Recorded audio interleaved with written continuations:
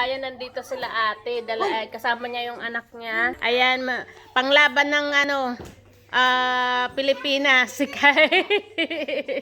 Ayan, meron siyang inaano kasi sa December. Ano nga ulit ang tawag diyan sa competition ate? Anong tawag diyan? Foundation yan sa parang Hindi, anong doktor, para sa mga Pilipino na program, yung mga makukulikta nilang pera, yata. scholarship sa Pilipinas. Ayan, pamimigay. Ay, ito mga May kabayan. scholarship sa mga bata doon na walang, ba yun? Yung intelligent Oo. na. Ayan mga wala silang kabayan. pera. Oy, baka gusto nyo pong bumili ng ticket. Magkanong isang booklet? Hindi na pwede yan sa bili. Ay, hindi pala. Hindi, yung mga nandito sa sa Texas. Dito lang sa atin. Oo, sana manalo siya.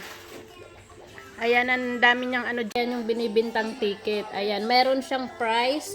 First prize, 300. Second prize, 200. Third, 100.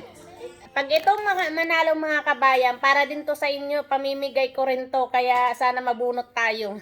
$2 mga kabayan yung isang ticket. Ayan, para kay Kayla to. Yan, mananalo yan si ate. Mananalo to te. Yung ticket. Yan mga kabayan, sana pala rin tayo nitong ticket na to. Tulong na rin to para sa mga scholarship sa Pilipinas. Yan, kaya fill upan natin. Kahit lang te.